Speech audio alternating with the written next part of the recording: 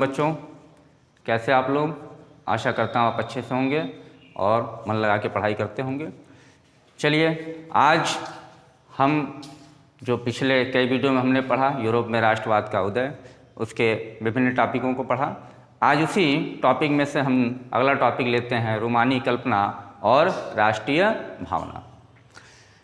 चलिए आइए जानते हैं कि रोमानी कल्पना क्या होती है। रोमानी, जिसको इंग्लिश में रोमांटिक शब्द कहा जाता है, रोमांटिक अर्थात प्रेम से भरा हुआ।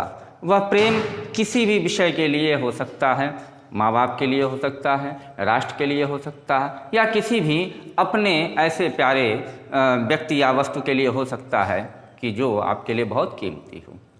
तो रोमानीवाद अर्थात प्रेम से भरा हुआ एक प्रेम की भावना जिसके अंदर होती है, वह रोमानीवाद कहलाता है।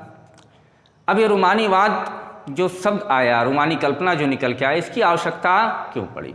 इसकी आवश्यकता इसलिए पड़ी कि जब यूरोप में क्रांतियों का उदय हुआ, निरंकुश शासकों का पतन धीरे धीरे शुरू किया जाना लगा, तो उस समय केवल युद्ध और क्षेत्रीय विस्तार से ही राष्ट्रवाद की भावना ने जन्म नहीं लिया। राष्ट्रवाद की भावना को युद्ध और क्षेत्रीय विस्तारों से ही केवल उनको बल नहीं मिला, बल्कि उसमें रोमानी कल्पना का बहुत बड़ा एक योगदान था। रोमानी कल्पना अर्थात जो लोकगीत होती है, लोक काव्य होते हैं, संगीत होते हैं, कला होती है, या लोक नाटक जो होते हैं, इनके माध्यम से लोगों के मन में एक राष्ट्रवाद की भावना को बढ़ाने का प्रयास किया गया वहाँ के लोगों के द्वारा, जो उदारवादी राष्ट्रवादी थे।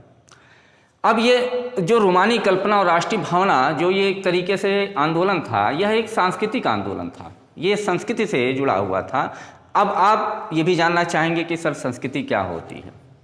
तो देखिए, जब व्यक्तियों का समूह बनना शुरू हुआ, जब व्यक्ति एक दूसरे के साथ एक समूह में रहना शुरू किए, तो लोगों ने एक दूसरे के साथ अपने आचार विचार को रखने के लिए, एक दूसरे के साथ अपने बात व्यवहार को बनाने के लिए कुछ रीति रिवाज बनाए, कुछ नियम कानून बनाए और कुछ लोकगीत या जो भी चीज़ें, मतलब एक समूह में रहने के लिए, अच्छी अच्छी आदतों को डेवलप करने के लिए, एक दूसरे का सम्मान करने के लिए, ठीक है, ये उनकी संस्कृति बन गई। और वही संस्कृति जो वर्तमान में हम देखते हैं, जैसे हमारी संस्कृति है कि अपने माँ बाप का सम्मान करना, अपने बड़े बुजुर्गों का सम्मान करना, और भी चीज़ें हमारी संस्कृति से जुड़ी हुई हैं। तो ये जो संस्कृति बनी, यह संस्कृति लोकगीत, कला, लोक नाटक के माध्यम से यह संस्कृति बनी हमारी।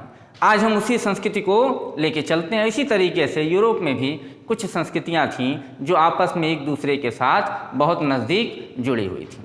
तो राष्ट्रवाद के विकास में ये जो रोमानीवाद था, रोमानी कल्पना था, इसका बहुत बड़ा योगदान था। अब ये जो रोमानी कलाकार थे, जो नाटक के माध्यम से, गीतों के माध्यम से, काव्य के माध्यम से राष्ट्रवाद की भावना को बढ़ावा देते थे, इनका ऐसा अपना मानना था कि राष्ट्रवाद तर्क वितर्क का आधार नहीं है, और न ही ये विज्ञान की विशेषता को मानते थे, विज्ञान की महिमा मंडन को मानते थे, बल्कि इनका मानना था कि रोमानीवाद यानी संस्कृति के आधार पर, भावनाओं के आधार पर हम राष्ट्रवाद को बढ़ावा दे सकते थे।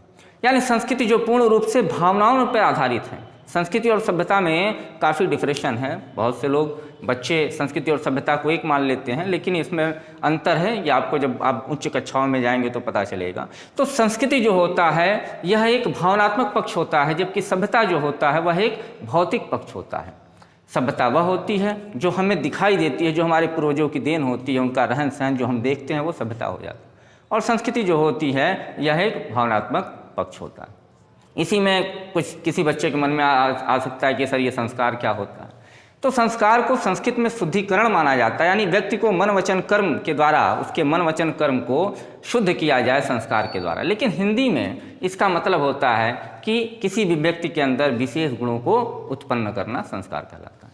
तो हमारा टॉपिक वो है, हमारा टॉपिक है संस्कृति।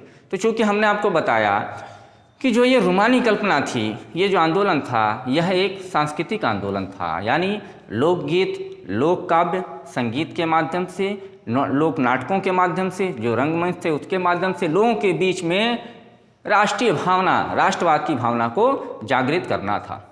अब इसी क्रम में लोगों के मन में एक विचारधारा उत्पन्न की गई कि हमें जो ये साझा सांस्कृतिक विरासत मिली है, यह हमारे पूर्वजों की देन है, और जो अतीत में हमने साझा सांस्कृतिक जो हमारा अतीत रहा है, यानी पहले हमारे पूर्वज जैसे रहते थे, जैसे एक दूसरे का सम्मान करते थे, भाषा के आधार पर या रहन सहन के आधार पर, रीति रिवाज के आधार पर जैसे हम पहले थे, उसको याद दिलाना और वर्तमान को याद दिलाना, यानी जो भूतकाल की चीज़ें हैं, अतीत की चीज़ें हैं, उसको भविष्य के साथ जोड़कर आपस में एक अपनापन उत्पन्न करना, यानी एक तरीके से एक दूसरे को ये बताना कि हम सब एक हैं, हमारे पूर्वज एक हैं, और राष्ट्रवाद की भावना को जन्म देना। इसी क्रम में जो एक जर्मन दार्शनिक हुआ करते थे जिनका नाम था योहान गॉटफ्रीड, उनका ऐसा मानना था कि जर्मन जो ये रोमानी चिंतक थे, जो योहान गॉटफ्रीड जो है ये एक रोमानी चिंतक थे, और इनका मानना था कि जो जर्मन संस्कृति है यह आम लोगों में निहित है, यानी जर्मनी के गांव में जो लोग थे उनके अंदर जर्मन संस्कृति निहित है। ऐसा कारण क्या था कि वह निरीक्षण थे, और निरीक्षण थे इसलिए उनका पूरा प्रयास ये था कि संस्कृति के माध्यम से, लोकगीतों के माध्यम से, काव्य के माध्यम से, रीति रिवाज के माध्यम से उनको एक साथ ले आया जाए। ऐसा लोगों का मानना है, और उस समय भी था कि जो राष्ट्र की भावना होती है वह गाँव में, राष्ट्र की सच्ची भावना जो होती है वह गाँव में बसती है, अर्थात लोकगीतों के माध्यम से, जन काव्य के माध्यम से, लोक नृत्य के माध्यम से जो गाँव में लोग रहते हैं वह एक दूसरे के साथ इंटर कनेक्टेड होते हैं। ऐसा आप अपने भारत में भी देखते होंगे, आपने देखा होगा हमारे इस क्षेत्र में बिरहा का प्रोग्राम होता है, नाटक होती है, नौटंकी होती है, तो इस तरह के जो प्रोग्राम होते हैं, भजन मंडली अपना कार्य अलग करती है, भजन होते हैं, तो इस तरह इन चीज़ों से, ये जो क्षेत्रीय चीज़ें होती हैं, इनसे लोग एक दूसरे के साथ बहुत जल्दी जुड़ जाते हैं, एक दूसरे के विचारों से बहुत अधिक प्रभावित होते हैं, इनमें आपस में एकता का भाव उत्पन्न होता है, और यही चीज़ कहीं ना कहीं राष्ट्रवाद को बढ़ावा देती है, राष्ट्रीय एकता को बढ़ावा देती है। अब लोक संस्कृति के इन स्वरूपों को इकट्ठा करना और अंकित करने का कार्य जब यूरोप में किया गया तो उसका सिर्फ एक कारण था कि लोग जब इकट्ठा होंगे लोक संस्कृति के आधार पर, लोकगीतों के आधार पर, तो इकट्ठा होंगे तो उसका ये उद्देश्य नहीं था कि इनको पुरानी रीति रिवाजों में हम पुनः डाल दें। उसका सिर्फ एक रीति रिवाज था, उसका सिर्फ एक कारण था कि यह आपस में पुनः एक दूसरे के साथ जुड़ जाएं और राष्ट्रीय भावना को बढ़ावा दें। अब आप चलिए, अब आते हैं भाषा के ऊपर। भाषा एक ऐसा माध्यम होता है, विचारों का एक ऐसा माध्यम होता है जो एक दूसरे के करीब लाता है। जैसे हम हिंदी बोलने वाले हैं, अगर हम दक्षिण भारत में जाएं और वहाँ पे कोई हमारा मित्र हिंदी बोलने वाला है और कोई मित्र तमिल बोलने वाला है, तो जाहिर सी बात है हम हिंदी बोलने वाले के अत्यधिक करीब आएंगे, तमिल बोलने वाले से थोड़ी हमारी दूरी बनी रहेगी, जबकि वो भी हमारा मित्र है। तो भाषा का एक अपनापन अलग होता है। जब एक ही भाषा बोलने वाले लोग आपस में मिलते हैं तो उनके विचार एक दूसरे के साथ बहुत आसानी पूर्वक आदान प्रदान होते हैं और उनमें एक आत्मीयता का भाव जागृत होता है। अब पोलैंड जो था, अब भाषा के आधार पर हम आते हैं, तो पोलैंड 18वीं सदी के अंत में रूस, प्रसा और ऑस्ट्रिया ने पोलैंड का विभाजन करके इसको बांट दिया। यानी पोलैंड कोई देश उस समय नहीं होता था, आज पोलैंड है, उस समय नहीं था, उसको रूस, प्रसा और ऑस्ट्रिया ने बांट दिया था। लेकिन उसी समय रोमानी कल्पना के आधार पर एक पोलिश कंपोजर थे, उनका नाम था कैरोल कुरपिंस्की थे, जिन्होंने अपने ओपेरा संगीत के माध्यम से गुणगान किया और पोलेनस और माजूर्का जैसे लोक नृत्यों को राष्ट्रीय प्रतीक में बदल दिया। यानी उनकी संस्कृति, उनकी जो संगीत थी ओपेरा, उससे इतना अधिक फायदा मिला, इतना अधिक प्रभाव पड़ा उसका कि उन्होंने पोलेनस और माजूर्का जैसे जो नृत्य थे उनको राष्ट्रीय प्रतीकों में बदल दिया, जिससे जर्मन में एक राष्ट्रवाद की भावना ने बहुत बड़े स्तर पर व्यापक रूप में अपना स्थान बना लिया। चलिए अब फिर आते हैं भाषा के बारे में। भाषा ने राष्ट्रीय भावनाओं के विकास में जो योगदान दिया वह महत्वपूर्ण योगदान था। जब रूस ने पोलैंड पे कब्जा किया तो उन्होंने पोलिश भाषा पे प्रतिबंध लगा दिया कि कहीं भी पोलिश भाषा का इस्तेमाल नहीं होगा और इस प्रतिबंध के बावजूद वहाँ जो रूसी सत्ता के विरोधी लोग थे, उन्होंने अपनी भाषा को नहीं छोड़ा, पोलिश भाषा का प्रयोग करते रहे। यही कारण है कि जो पोलिश क्रांतिकारी थे उन्होंने चर्च में और धार्मिक कार्यों में पोलिश भाषा का इस्तेमाल किया। अब पोलिश भाषा का इस्तेमाल करते रहे, जबकि रूसी सरकार ने पोलिश भाषा को प्रतिबंधित कर दिया। जैसे हमारे भारत में भी जब अंग्रेज आए तो उन्होंने सबसे पहला कार्य किया, हमारी संस्कृति को प्रभावित करना शुरू किया। अब संस्कृति को प्रभावित किया, हमें वेस्टर्न कल्चर देते गए। क्यों? क्योंकि जब कोई देश किसी देश पर शासन करता है तो उसका ऐसा मानना होता है कि पहले हम जिस देश पर शासन कर रहे हैं उसकी संस्कृति को समाप्त करके अपनी संस्कृति में ढाल लें। फिर उनका दूसरा जो आक्रमण होता है वहाँ की भाषा पे होता है कि वहाँ की भाषा को कमज़ोर बना के अपनी भाषा को मजबूत बनाया जाए। जैसे यहाँ भी अंग्रेज़ों ने किया, लॉर्ड मैकाले ने अंग्रेजी भाषा को अनिवार्य बना दिया। क्यों? क्योंकि अंग्रेजी भाषा जब लोग पढ़ेंगे तो वो पढ़ के निकलेंगे और कलर का जॉब करेंगे तो हमारे काम आ जाएंगे।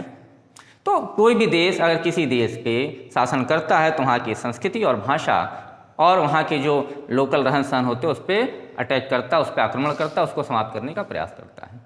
इसी तरीके से रूसी शासन ने जब पोलैंड पे रूसी सरकार ने जब पोलैंड पे शासन करना शुरू किया तो उन्होंने वहाँ पोलिश भाषा को समाप्त किया और उनकी संस्कृति के साथ छेड़छाड़ करना शुरू किया। लेकिन वहाँ के लोगों ने अपनी भाषा को नहीं छोड़ा और भाषा को निरंतर वो बनाए रहे, जिसका दुष्परिणाम ये हुआ कि वहाँ जो पादरी और बिशप थे उन लोगों को कैद कर दिया गया और कैद करके साइबेरिया भेज दिया गया। क्यों? क्योंकि वह रूसी भाषा का प्रचार करने से उन्होंने इनकार कर दिया। लेकिन अब जो ये पोलिश भाषा थी वह रूसी प्रभुत्व के ऊपर, रूसी जो प्रभुत्व था, जो रूसी शासन था, उसके विरुद्ध संघर्ष का प्रतीक बन गया। यानी लोगों ने मान लिया कि हम पोलिश भाषा का इस्तेमाल करते रहेंगे तो आज नहीं कल हमें रूसी प्रभुत्व से छुटकारा मिलेगा, यानी रशिया के शासन से हमको छुटकारा मिल जाएगा और हम एक आज़ाद देश के रूप में हो जाएंगे। तो बच्चों, रूमानी कल्पना और राष्ट्रीय भावना। रूमानी कल्पना क्या थी? एक सांस्कृतिक कार्यक्रम था जिसके जरिए लोगों के मन में राष्ट्रीय भावना का विकास किया गया। तो रूमानी कल्पना एक ऐसा सांस्कृतिक प्रोग्राम था, सांस्कृतिक कार्यक्रम था या सांस्कृतिक आंदोलन था जिसके जरिए यूरोप में व्यापक स्तर पर केवल युद्ध ही नहीं, क्षेत्रीय विस्तार ही नहीं, रूमानी कल्पना के जरिए लोगों के बीच में राष्ट्रवाद की भावना को जागृत किया गया और उसका परिणाम हमें सकारात्मक परिणाम देखने को मिला कि आगे चल के यूरोप के जो भी राज्य क्षेत्र थे विभिन्न राजाओं के क्षेत्र में, वह आगे चल के एक राष्ट्र के रूप में उदय हुए, राष्ट्र के रूप में स्थापित हुए। तो बच्चों, अगले टॉपिक में हम पढ़ेंगे भूख, कठिनाइयाँ और जन विद्रोह। आपसे आशा करता हूँ कि आप वीडियो देखेंगे, मन लगा के पढ़ेंगे। धन्यवाद।